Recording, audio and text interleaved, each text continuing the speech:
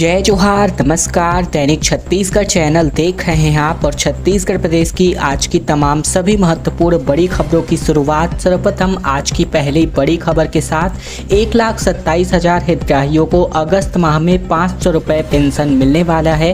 दरअसल गौरतलब है कि सामाजिक सुरक्षा पेंशन, सुखद सहारा पेंशन, मुख्यमंत्री पेंशन योजना, इंदिरा गांधी राष्ट्रीय विधवा पेंशन और साथ ही इंदिरा गांधी राष्ट्रीय वृद्धावस्था पेंशन योजना के तहत अब तक पेंशनधारियों को हर माह शासन की ओर से तकरीबन 350 रुपये दिए जाते थे।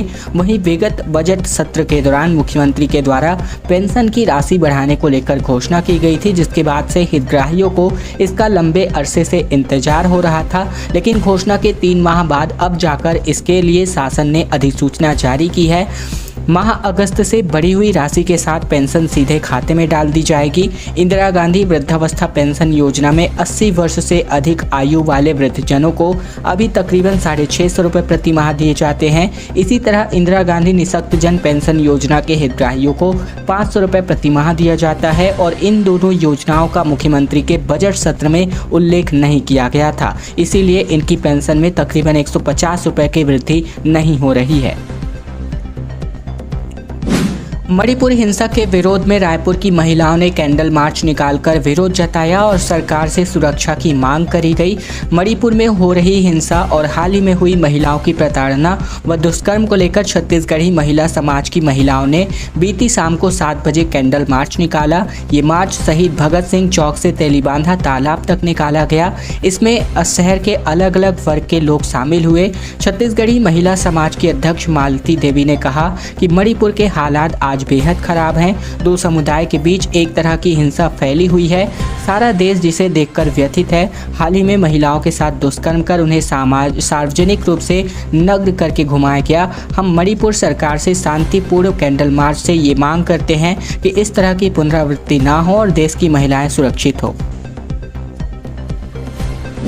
और अब खबर मुंगेली से आ रही है, जहां शोरूम में भीषण आग लगने की वजह से 40 बार धमाके हुए। खबर दी, फिर भी 1.5 घंटे बाद जाकर फायर ब्रिगेड पहुंची और संचालक यहां रोता रहा। तकरीबन 2 करोड़ रुपए के नुकसान की आशंका जताई गई है। मुंगेली जिले के लोरमी में बीती देर रात महेश मोटर्स के शोरूम में भीषण आग लग गई।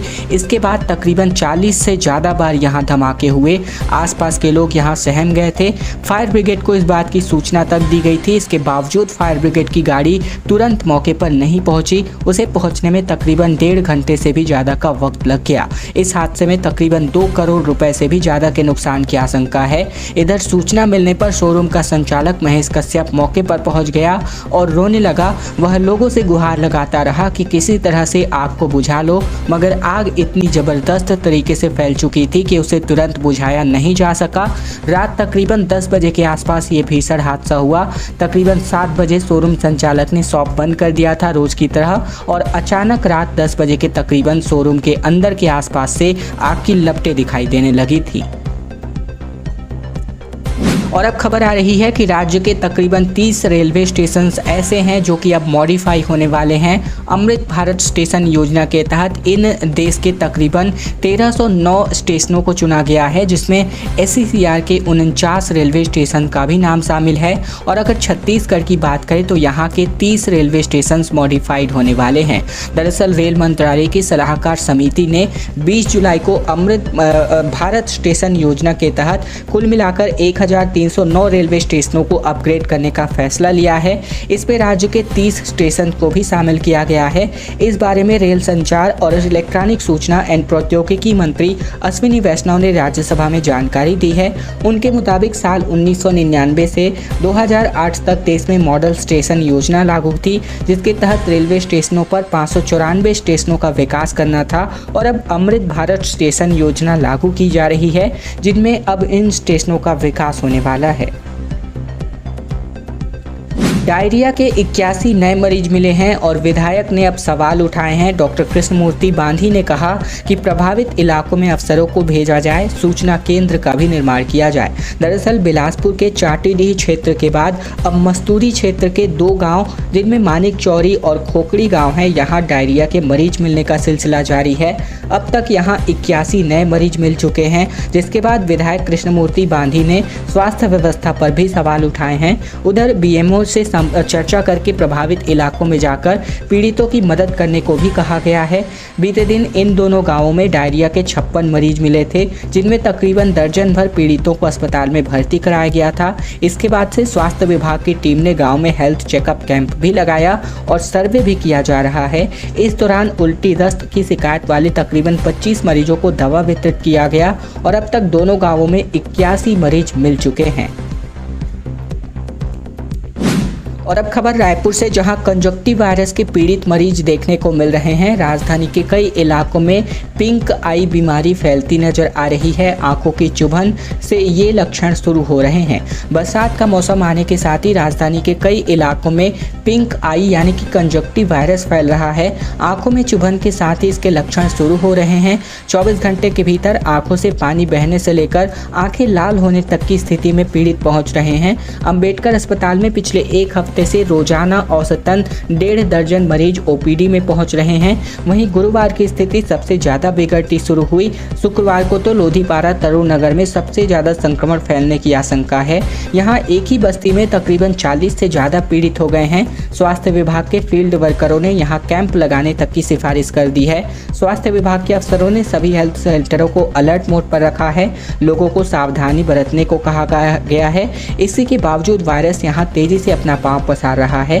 शहर के अलग अलग हेल्थ सेंटरों और प्राइवेट अस्पतालों के डॉक्टरों से भी जानकारी लेने पर पता चला है कि गुड़ियारी, टीडी नगर, समता कॉलोनी, टिकरापारा, कोटा और रामनगर और मोवा के कई इलाकों में कंजक्टिव वायरस अभी फैल चुका है।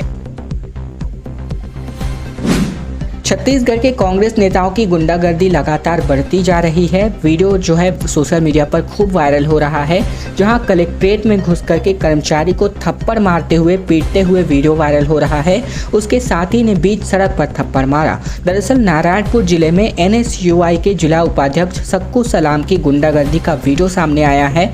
सक्कू सलाम नेतागिरी का धौंस दिखाकर कलेक्ट्रेट कार्यालय में घुसा और एक कर्मचारी की जम करके पिटाई कर दी। पिटाई करते हुए खुद का वीडियो बनवाया और फिर सोशल मीडिया पर इसको वायरल कर दिया। वीडियो में सक्कू कर्मचारी को ये कहता हुआ नजर आ रहा है कि किस टाइप का सपोर्ट चाहिए बता। ये कहते हुए वह कर्मचारी को बार बार थप्पड़ मारता है। इसके अलावा एक और वीडियो भी सोशल मीडिया पे वायरल हुआ है, जिसमें सक्कू का साथी भी बीच रोड में कर्मचारी को थप्पड़ मारता नजर आ रहा है। ये मामला कोतवाली थाना क्षेत्र का बताया जा रहा है। ये मामला तकरीबन 2 दिन पुराना है। बताया जा रहा है कि सक्कू सलाम अचानक गाली गलौज करते हुए कलेक्ट्रेट कार्यालय में घुसा था, जिसके बाद यहां मौजूद एक कर्मचारी को पहले धमकी दी और फिर उसकी जमकर पिटाई करनी शुरू कर दी। एमएलए प्रमोद शर्मा ने अब आखिरकार पार्टी से अपना इस्तीफा सौंप दिया है। अमित जोगी के साथ मेरे विचार नहीं मिल रहे थे, ये उन्होंने बताया। उन्होंने शुभकामनाएं दी, जो करे अच्छा करे। दरअसल जनता कांग्रेस छत्तीसगढ़ के विधायक प्रमोद शर्मा ने पार्टी से इस्तीफा दे दिया है। शर्मा वर्तमान में बलौदाबाजार से विधायक हैं। शर्मा ने बताया कि जो अमित जोगी के साथ मेरे विचार नहीं मेल खा रहे, इसीलिए मैं अपना फैसला बदल चुका हूँ, मगर मेरी अमित जोगी को शुभकामनाएं हैं, जो करे अच्छा करें। शर्मा ने कहा कि अब मैं स्वतंत्र हूं। वजह पूछे जाने पर शर्मा ने कहा कि वैचारिक मतभेदों की वजह से मैंने इस्तीफा दिया। जब तक अजीत जोगी थे पार्टी में सब कुछ ठीक था और अब आ रही परेशानियों की वजह से हम इस्तीफा दे रहे हैं। उन्होंने अपना इस्तीफा प्रदेश अध्यक्ष अमित जोगी को भेज दिया।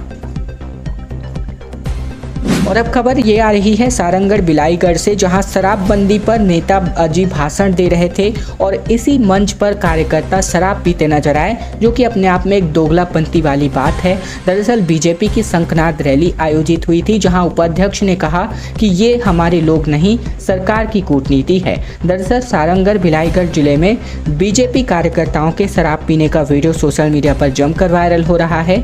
शुक्रवार को बिलाईगढ़ में भारतीय जनता पार्टी ने विधानसभा स्तरीय शंखनाद रैली आयोजित किया था।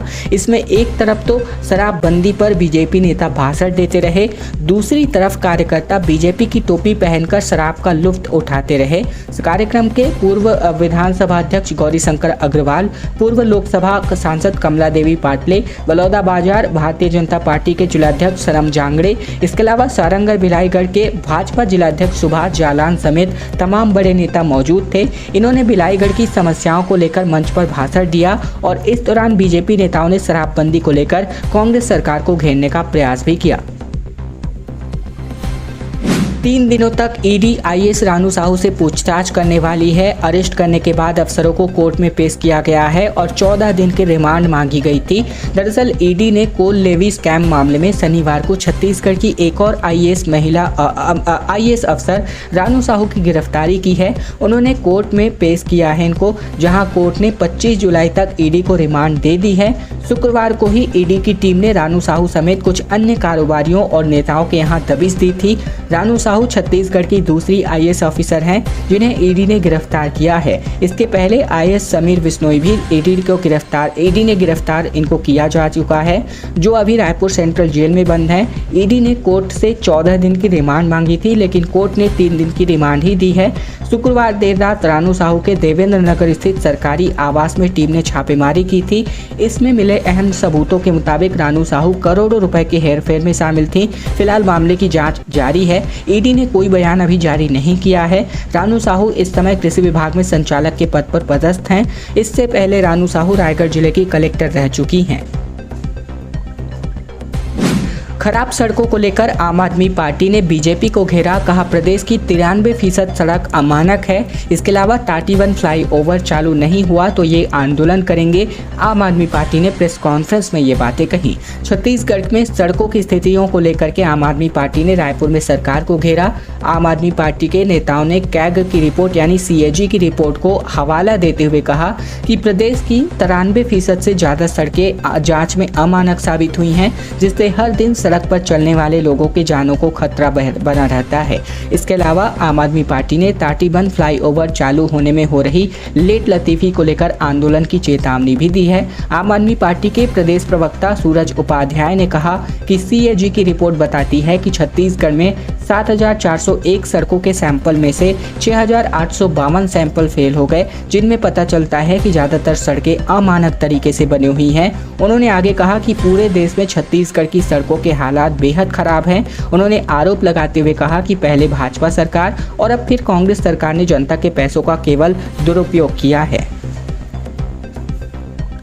फौलादी हौसलों को सलाम, क्योंकि ऑपरेशन मानसून जारी रखने के लिए उफनती नदियों को भी जवान यहां पार करते हुए दिख रहे हैं। छत्तीसगढ़ के नक्सल प्रभावित इलाके दंतेवाड़ा जिले में नक्सलियों के खिलाफ पुलिस ऑपरेशन मानसून चला रही है। ऐसे में लगातार जवान उफनते नदी नाले, पहाड़ सहित घने जंगलों को पार कर नक्सलियों के खिलाफ मोर्चा संभाले हुए हैं। छत्तीसगढ़ के बस्तर में इन दिनों जमकर तेज बारिश के चलते नदी नाले उफान पर हैं और ऐसे में जंगलों में नक्सलियों से लोहा लेने के लिए जवान नक्सलियों के कोर इलाके में भरी बरसात में ऑपरेशन मानसून चला रहे हैं। ऐसा ही एक वीडियो सामने आया है जिसमें बारसूर इलाके में बहने वाली नदी इंद्रावती नदी के पार माड़ के इलाके में नक्सलियों के खिलाफ सर्च ऑपरेशन चलाकर जवान बड़ी दिलेरी से हाथों में हथियार लिए नदी को पार करते नजर आ रहे हैं। विधायक ने बीच सड़क पर सूखी रोटी खाई, गैस सिलेंडर और सब्जियों के बढ़ते दामों के खिलाफ विरोध जताया गया, जहां केंद्र पर विकास उपाध्याय बरसते नजर आए। राजधानी रायपुर में कांग्रेस नेताओं ने सूखी रोटी खाकर अनोखा विरोध जताया। रायपुर पश्चिम विधायक विकास उपाध्याय समेत सैकड़ों कार्यकर्ता कलेक्ट्रेट के पास जुटे, गैस सिलेंडर सामने रखा और पेट में सूखी रोटी लेकर के विरोध जताया। महंगाई को लेकर के केंद्र के खिलाफ जमकर नारेबाजी की। कांग्रेस ने बढ़ते दाम के चलते टमाटर और बाकी सब्जियों को आम आदमी की पहुंच से दूर भी बताया। बीजेपी का रायपुर में जंगी प्रदर्शन देखने को मिला, जहां बृजमोहन ने भ्रष्टाचार और सड़कों की बदहाली पर भूपेश सरकार को घेरा। दरअसल बीजेपी ने रायपुर के शारदा चौक में भ्रष्टाचार और सड़कों की बदहाली को लेकर भूपेश सरकार को घेरा। सीनियर विधायक बृजमोहन अग्रवाल के नेतृत्व में रैली निकालकर जमकर नारेबाजी की गई, सरकार पर जमकर आरोप लगाए गए। बीजेपी रायपुर शहर जिला दक्षिण विधानसभा के कार्यकर्ताओं ने शारदा चौक से लेकर तात्यापाड़ा चौक तक सड़क चौड़ीकरण, स्मार्ट सिटी के तहत कार्यों में भ्रष्टाचार, सड़कों की बदहाली, पेयजल समस्या और नगर निगम में मुगलिया शासन सहित शहर के विभिन्न समस्याओं को लेकर सरकार पर विभिन्न सवाल उठाए। छत्तीसगढ़ के शिक्षकों ने डीए और एचआरए का स्वागत किया, फिर भी 31 जुलाई को अनिश्चितकालीन हड़ताल का आह्वान हुआ है। छत्तीसगढ़ टीचर्स एसोसिएशन ने मुख्यमंत्री द्वारा शासकीय शिक्षकों व कर्मचारियों के महंगाई भत्ता में वृद्धि कर केंद्रीय कर्मचारियों के बराबर 42% करने व गृह भाड़ा भत्ता को 7वें वेतनमान के अनुरूप प्रदान करने के निर्णय का स्वागत किया है। साथ ही स्पष्ट किया है कि शिक्षक एलबी संवर्ग के एक सूत्री मांग पर कोई निर्णय नहीं लिए जाने की वजह से छत्तीसगढ़ शिक्षक संघर्ष मोर्चा के बैनर तले 21 जुलाई से प्रस्तावित अनिश्चितकालीन हड़ताल जारी रहेगी। शिक्षक संघर्ष मोर्चा में शामिल टीचर्स एसोसिएशन के जिलाध्यक्ष रमेश कुमार चंद्रवंशी ने कहा कि वर्तमान विधानसभा के अंतिम सत्र की बैठक में एक सूत्री मांग, जिसमें पूर्ण सेवा अवधि की गणना करके प्रथम नियुक्ति तिथि से सही वेतन का निर्धारण कर सहायक शिक्षकों की वेतन विसंगति दूर करने, क्रमोन्नत वेतनमान और पुरानी पेंशन निर्धारण एवं कुल 20 वर्ष की सेवा में पूर्ण पेंशन दिए जाने पर कोई निर्णय नहीं लिया गया, जिसकी वजह से शिक्षक संघ में आक्रोश का माहौल है और इसी को लेकर आगामी 31 जुलाई से अनिश्चितकालीन हड़ताल होने वाली है। कांग्रेस सरकार ने पीडीएस में 600 करोड़ रुपए का चावल घोटाला किया, ये कहना है पूर्व मुख्यमंत्री डॉक्टर रमन सिंह ने। जहां रमन सिंह ने सीएजी रिपोर्ट आने के बाद कांग्रेस सरकार पर एक बार फिर से निशाना साधा। उन्होंने पत्रकार वार्ता लेकर कहा कि इस सरकार ने कोरोना काल के दौरान मोदी सरकार द्वारा भेजे गए मुफ्त राशन में भी बड़ी हेरफेर करने के साथ ही पीडीएस में 600 करोड़ रुपए के चावल घोटाला किया। इस कठिन समय में भी इस भ्रष्ट सरकार ने तकरीबन 5000 करोड़ रुपए के चावल में सेंध लगाकर भ्रष्टाचार किया।